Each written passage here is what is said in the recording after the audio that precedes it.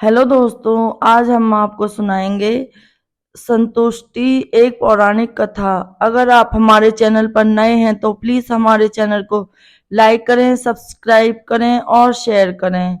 एक धनी साहूकार था, उसके पास बहुत दौलत थी।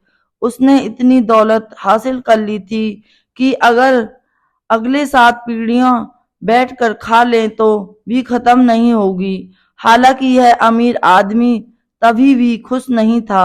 उसके मन में कुछ ऐसा था कि वह रात भर सो नहीं पाता था, इसलिए वह सच्चे सुख से वंचित रह गया। उसने सबसे पूछा कि वो ऐसा क्या कर सकता है जिससे कि इस शर्मिंदगी से छुटकारा पा सके और खुश शांति से रह सके।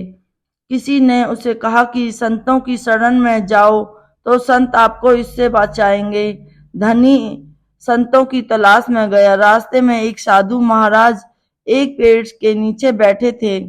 धनी व्यक्ति ने उनका अभिवादन किया और कहा, गुरुजी, मेरे पास किसी वस्तु की कमी नहीं है। अगली 7 पीढ़ियां बैठकर बिना काम किए आराम से खा पाएंगी।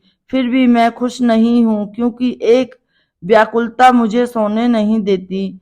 साधु महाराज ने कहा, पहले बता कि आपत्ति क्या है, फिर उससे कैसे छुटकारा पाया जाए वह तुझे बताता हूँ। अमीर आदमी ने कहा, यदि महाराज ऐसा कहते हैं तो मुझे कोई आपत्ति नहीं है, लेकिन एक परेशानी है। और परेशानी है कि मेरी 8वीं पीढ़ी का क्या होगा, क्योंकि यह धन 7 पीढ़ियों के लिए पर्याप्त है जो मैंने अर्जित किया है। सिर्फ चिंता 8वीं पीढ़ी की है। साधु महाराज मुस्कुराए और बोले, चिंता मत करो, मैं तुम्हें इस परेशानी से बचा लूंगा। साधु ने उसे 1 किलो चावल की पोटली दी और कहा कि उस पहाड़ पर एक बुढ़िया एक कुटिया में रहती है, उसको चावल देकर आ जा, मैं तुझे तुम्हारे भ्रम से मुक्त करता हूँ। अमीर आदमी चावल लेकर बुढ़िया की कुटिया में आ गया। उस कुटिया में दरवाजा तक नहीं था।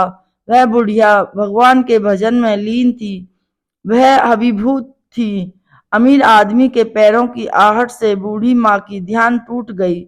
उसने ऊपर देखा और कहा कि बेटा, आप यहाँ क्यों आए हो? उसने कहा, माँ जी, मैं तुम्हें चावल देने आया हूँ, यह चावल लो, फिर मैं जाऊंगा। बूढ़ी माँ ने कहा कि मैंने आपको चावल लाने के लिए कहा था क्या? क्या आपके सामने हाथ फैलाया था? नहीं है ना? फिर चावल क्यों लाए? यह पोटली उठाओ और जाओ।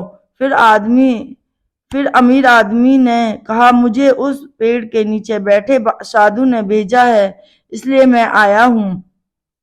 उसने कहा कि जाकर साधु से कह देना कि मेरी कुटिया में 2 दिन के लिए पर्याप्त चावल हैं। अमीर आदमी ने अपने सामान्य ज्ञान का इस्तेमाल किया। उसने कहा कि माँ जी, आपको तीसरे दिन के लिए चावल काम आएंगे।